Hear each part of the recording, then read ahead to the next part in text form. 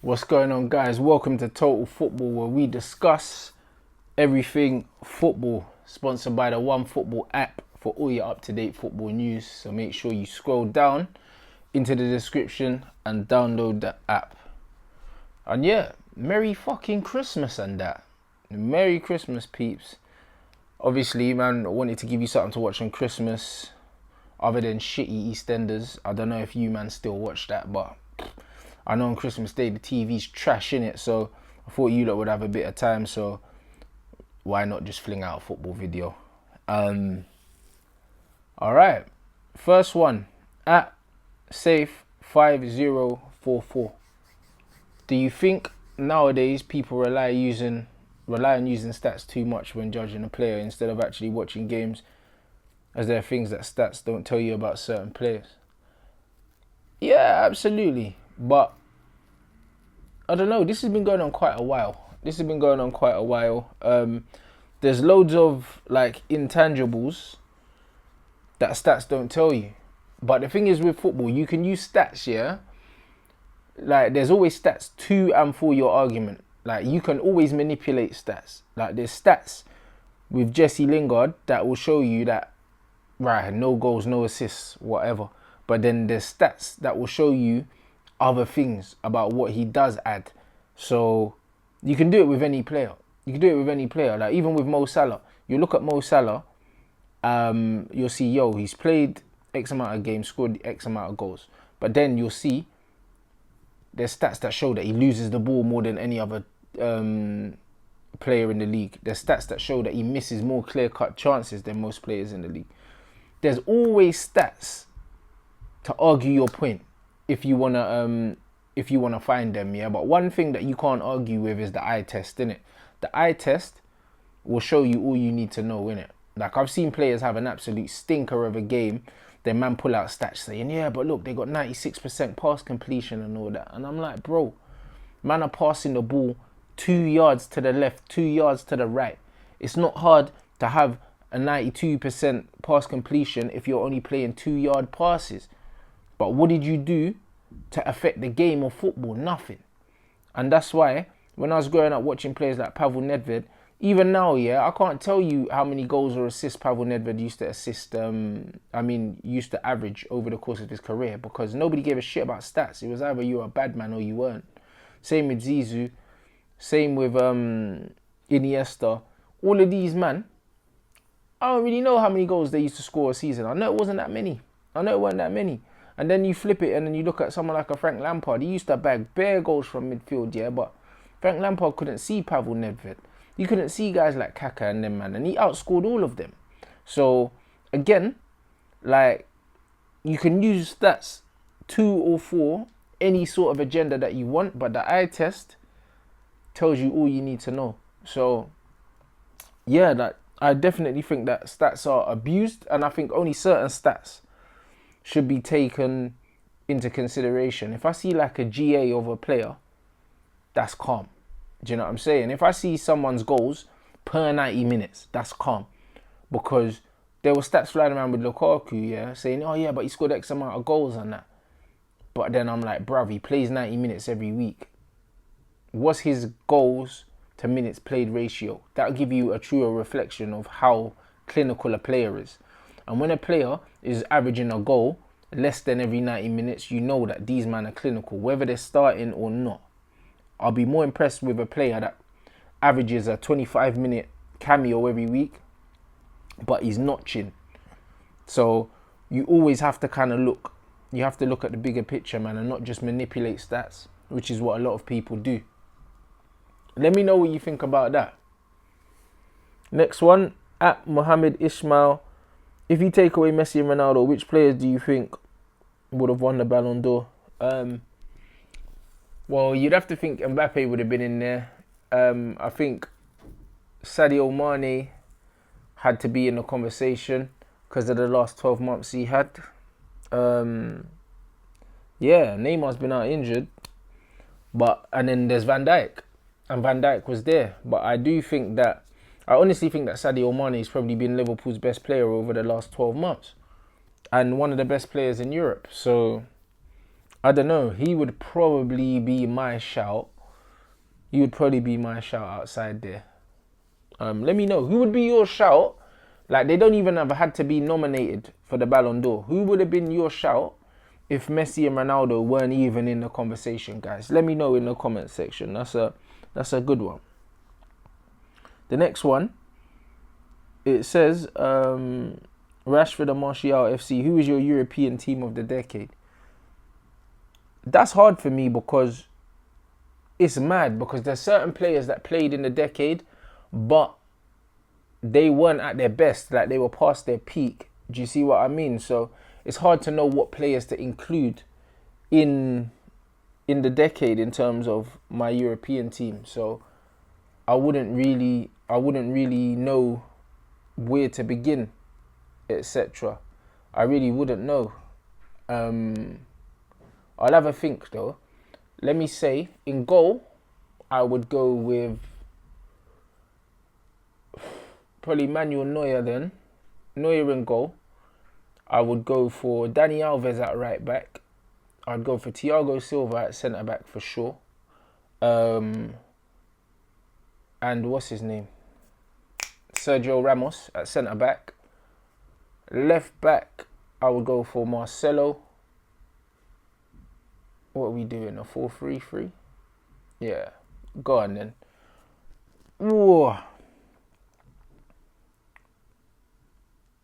Yeah, this gets hard now. Then you would have to say Kroos and Modric would have to be in the midfield. But then you got Xavi and fucking hell. Yeah. I'd go for Xavi. Yeah, that's too hard, bruv. I can't even lie. Man could do a Xavi, Kroos, Modric, and the Iniesta thing, really, in a diamond, if man wanted to do that. There's so many different things I couldn't choose, bruv. I couldn't choose. You, man, do that for me. Because it's all hard in that. It's all hard. Yeah, it's all stressful. My Man United one, to make it easy for you, man, I'll just go David De Gea in goal. Left back, Patrice Evra. Centre back, Rio and Vida. Right back would probably have to be Valencia. Then I'm playing Carrick and Pogba in the middle. Scholes was done out here by the time. Like, Scholes was coming towards the end of his career. And honestly, I still think that Paul Pogba is just different gravy anyway, regardless. And then on the left, I'd probably play Martial on the left. And then on the right, man are looking at, it's either between Nani and Rashford. Like, I don't know. I'll probably, let's give it to Rashford anyway. I'll say, yeah, Rashford better than Nani, bruv. And then up front has to be Van Persie and Rooney. So I'm just going to do that. You lot, give me your team of the decade for your club. Tell me what club you support and give me your team of the decade. If you actually know your European team of the decade, give me that as well. I think that is too hard, bruv. I think that's way too hard. Like, it starts fucking up formations. Then it comes down to preferences, who you prefer over other players. It's like, I prefer, probably all round, I prefer Kroos over Xavi, just because I think that he's got more of a range. But then at the same time, if man's thinking about chemistry, do you know what I'm saying? And it's like, bruv, if man's going to have Iniesta, then I want Xavi in there. And then it gets all, you get me? So, I don't really know. Let me know anyway. That's a good question. I want loads of comments. At Mr. BHAFC, why do you think people hold it against Ronaldinho for lacking longevity when being compared to the likes of Messi, Ronaldo, etc.? I personally think he's the greatest ever alongside Messi. What are your thoughts? I agree. Messi and Ronaldinho are my number 1 and 2. Ronaldinho is my 1, Messi's my 2. Ronaldo, Brazilian, is my 3. Do you know what I mean? So, and then Zidane is my 4. So, it's one of them ones. And then 5 is, I don't know. 5 could be anyone. I don't really care, innit? Those are my top 4 in that order. And I think that people use the longevity thing against Ronaldinho, yeah, just to write him out of the conversation because they can't find anything else. Because it's mad, in boxing, people don't use the longevity thing with Mike Tyson. they say, oh, Mike Tyson was one of the greatest ever heavyweights. A lot of people say Mike Tyson was the greatest ever heavyweight, yeah? But Mike Tyson never had the longevity. And also, Mike Tyson never really beat no one, really, like, do you know what I'm saying? Like, he went up against Lance Lewis, he lost. Lost to Evander Holyfield as well, like all the men that Tyson were really knocking out, none of them were like Hall of Fame brares, bruv. Like when you actually look at who he beat, but because of the manner in which he knocked people out, people still respect him as one of the greatest ever. So with that same energy, the manner in which Ronaldinho played the game and the ease in which he did it, but he done it against top class opposition as well, which Tyson didn't do it. So it doesn't really matter how long Ronaldinho did it for. In a 3 year span, he won the Ballon d'Or, the World Cup, the Copa Libertadores, and the Champions League. I think he won everything there was to win in football within like a 3 year period in which he was unplayable. Then after that, he decided to enjoy his life, which I'll never hold against him. So I don't think that longevity should be a thing, really, because it's all about when you was at the height of your powers, how good were you? And for me, at the height of his powers, Ronaldinho was absolutely on a level of his own. And I think that Lionel Messi is not very far behind, but Ronaldinho edges it for me basically on just who he did it against and just how easy he made the game of football look and the different things he could do, the way he could beat players, the tricks and all of that. Like, we've never seen anything like it, and I don't know if we'll ever see anything like it again. Like, the closest we've seen to Ronaldinho since Ronaldinho is probably Neymar, and Neymar's nowhere near him, bruv. Like, Neymar's got better numbers because Neymar's like a striker and Dino wasn't. But in terms of ball manipulation, being able to go past players, the tricks, the flicks, the playing with a smile, the entertainment. Do you know what I mean? Like, Messi's not as entertaining as Ronaldinho. Like, Messi's not doing like the no-look passes, the flip-flaps, all of that. Like, he's not doing that. Messi's got the great little close control, whipping it top corner and that. It's mad efficient and that. But in terms of entertainment as well, Ronaldinho was box office. Let me know what you think, guys. Next one is Alpha Music. Will Barcelona ever be the same dominating force without Messi as they are with him once he retires? Hashtag total football. Absolutely not, bruv. Messi is one of the greatest players to ever play the game. It would be unbelievably crazy to think that Barcelona could even replicate the heights that they've replicated with Messi. When you look here, that this brother was banging 60 goals in a season. How do you replace that? You don't, innit? It's the same reason why Pep can't replace Lionel Messi and get another Champions League trophy. Man inherited a team that won a quadruple, couldn't win a Champions League because he didn't have Messi. Understand, that Messi and Ronaldo, when their teams won the Champions League, 80% of it was probably because of them. Because of what they done either in the group stages, the knockout stages, or what they did in finals or whatever. Like, literally, these men are near enough single-handedly winning trophies. So, do not ever get it twisted. Once Messi's done, Barca gonna struggle. Like, they struggle even when man's injured. So, yeah, please know that you're never gonna see like a more dominant team like that probably again once Messi's done. Like, it's just not gonna happen. Barca will still be the best team because they'll continue to invest well, but you're not gonna see the golfing class, the difference. Like, Messi was like the cheat code, innit? Barca look human without Messi. They look beatable. So, yeah, like, I don't see it happening, guys. Let me know what you think. At New Arsenal, who is the best striker in the world right now? I think that you can't look past Lewandowski. You can't look past him. You can't. And honestly, again, because of the way football's evolved, when man are saying who's the best striker, it kind of depends on what system you're playing as well. Because as much as Lewandowski is a brilliant finisher, if you stuck him up front for Liverpool, Do you know what I mean? You wouldn't want him there.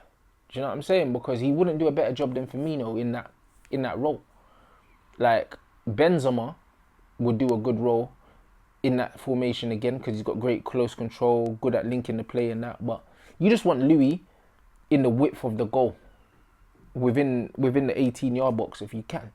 So I'd say he's the best finisher. Do you know what I'm saying? But then with the striker thing, I think it depends on what system you're playing. So I'm just gonna assume you mean just best finisher, like all around, like get the ball to him, left foot, right foot, header, man behind him, whatever, he'll score. And I'll say Lewandowski. Let me know what you think, guys. All right, at M Wesmick. I don't know. I tried. With the increase of ideology / system-based managers dominating football right now, are there any flexible, adaptable managers who you think could still thrive in this generation of football? Honestly, apart from Sir Alex Ferguson, I don't think so. And the only reason why I think Sir Alex Ferguson, not because I think like he's an amazing tactician, but because I think that Sir Alex Ferguson would hire the right number 2 to allow Manchester United to adapt into this era. Like he did it. He changed his number 2 many times. He was very good at identifying when certain things were happening and moving with the times, innit? And I think Wenger didn't do that, which is why Wenger declined so rapidly and went so long without winning things. It wasn't because he wasn't a good manager, it's because he was very stubborn and he didn't want to adapt, and he never had number 2s that challenged him. He never had that. Whereas I think that Fergie would have the right number 2 in to kind of help him. Do you know what I mean? He wouldn't still have fucking McPhelan there like Solskjaer's got. Like he brought in Kierosh. We went from playing a 2 up front to a 1, and I believe that he would probably bring in another younger, more progressive coach in this era to kind of help him with the coaching side while he continues to do what he does best, which is man management, the psychological side of the game, the motivational side of the game. So from that era, I don't know, I think that him, if we're talking about Premier League managers, I think that from that era, I think he's the only one that still survives in this era of football. At 7 Red Dev, is Harry Kane overrated? When he's on, he's on. Can bag goals and his link-up play has been sensational at times. But I think he has been a bigger hindrance on Spurs' growth. Thoughts? That's a very interesting observation. I have to agree, because I think that when Tottenham played the fluid Son in the false 9, their man looked way more dangerous than with Harry Kane. What I would say is Harry Kane's unlucky because it's almost like Harry Kane came through in the wrong era of football. Do you know what I mean? It's almost like Man United could have done with a Harry Kane at the level he's at now when we were looking to replace Van Persie. That's when man needed a Harry Kane. When Rooney's legs had already gone and Van Persie was out there. That's the era. Do you know what I'm saying? Maybe 6 years ago. Football's changed now. So the whole, I wouldn't say target man because Harry Kane's more of a target man, but teams don't tend to have a focal point up front. It tends to be a more fluid operation at the moment. And Harry Kane's not mobile.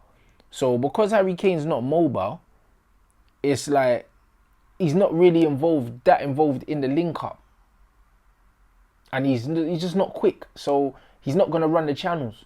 Harry Kane wants to play in a quite rigid way, and it doesn't really complement the players around him at times, which means at times he's very easy to mark and he just disappears in a game. So I wouldn't say he's overrated because he is a very good finisher, but I think that Harry Kane is a limited striker. I think he's good at what he's good at. Do you know what I mean? And that's no, don't get me wrong, that is no slight on Harry Kane. That's not me having a dig, because I still believe he's one of the best strikers in the Premier League. But I just believe that you have to build around Harry Kane to get the best out of him. The same with Lukaku, you have to build around him to get the best out of him. And I just think that them kind of strikers in the modern game are dying out.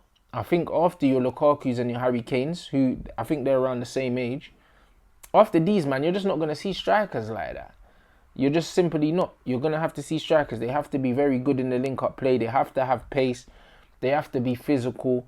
Do you know what I mean? And they have to be assisting as much as they're scoring goals, because I think the days of your 35 to 40 goal a season, like striker, like real gunman, I think them days are ending now. I think once Messi and Ronaldo leave, I don't think you're going to be seeing like any nines banging 40 goals, innit? Like you'll get the Salahs, the wide players and that chipping in with a decent amount of goals, but I don't think you're going to see, you know what I mean, that in between the width for the goal, tap-ins, scrappy, them sweaty FIFA goals, blood. I think that that kind of striker is dying. Let me know your thoughts on that, guys. Let me know your thoughts on that. Emmanuel Okitokan, why is Pogba hailed the best midfielder in the world? How can the on his day argument still be relevant when there are players like De Bruyne who are consistent at a high level at almost every game they play? Shouldn't consistency be part of being world class? No, it shouldn't. It shouldn't. Because you have to look at the argument again. De Bruyne is playing in a team that almost consistently play at a world class level. So it's easy to be consistently world class in a consistently world class team. Because City haven't had a great season this season. They might have lost bare games and that and gotten slapped by bare teams. And where was De Bruyne in those games? Nowhere. And no one was talking saying, oh, you know what? De Bruyne's had a stinker today. Because the whole team played shit.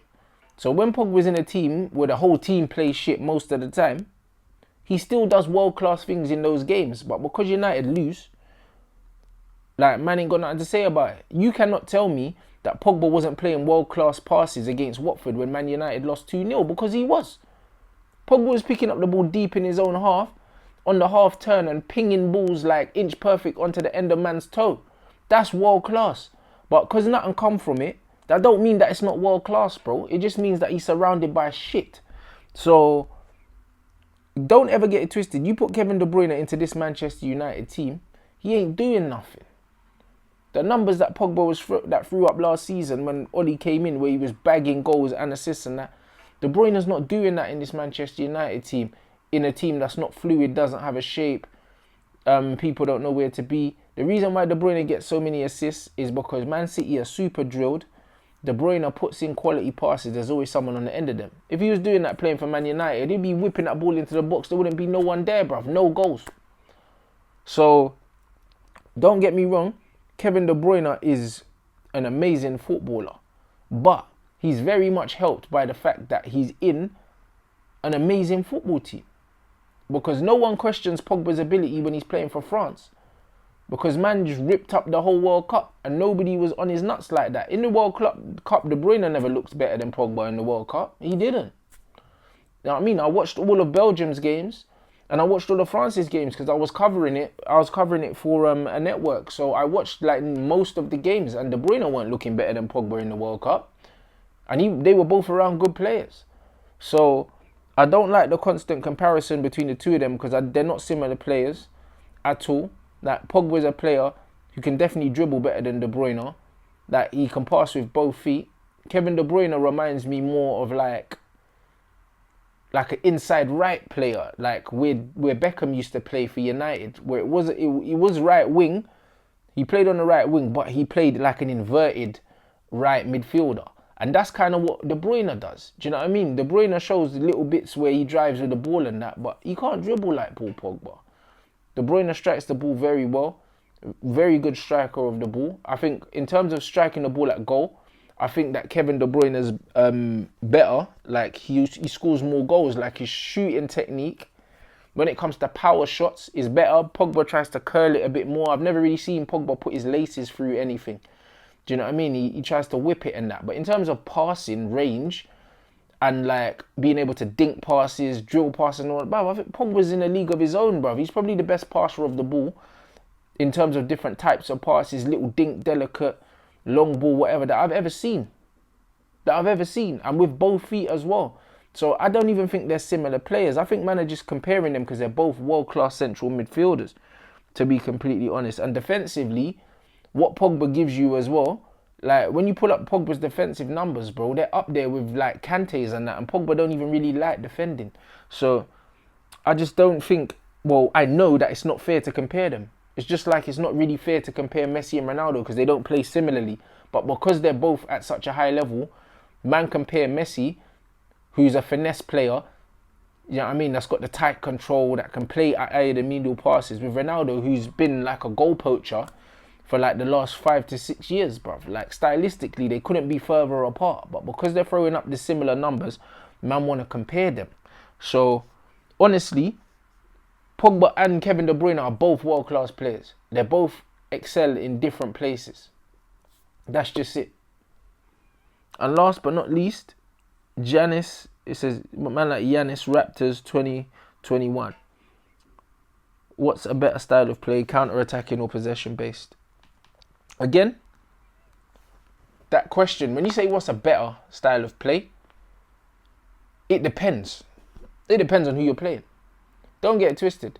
The best style of play is the style of play that's necessary at the time. If I'm managing a relegation team, like say Watford or something like that, where they are at the moment, cool, I love possession football.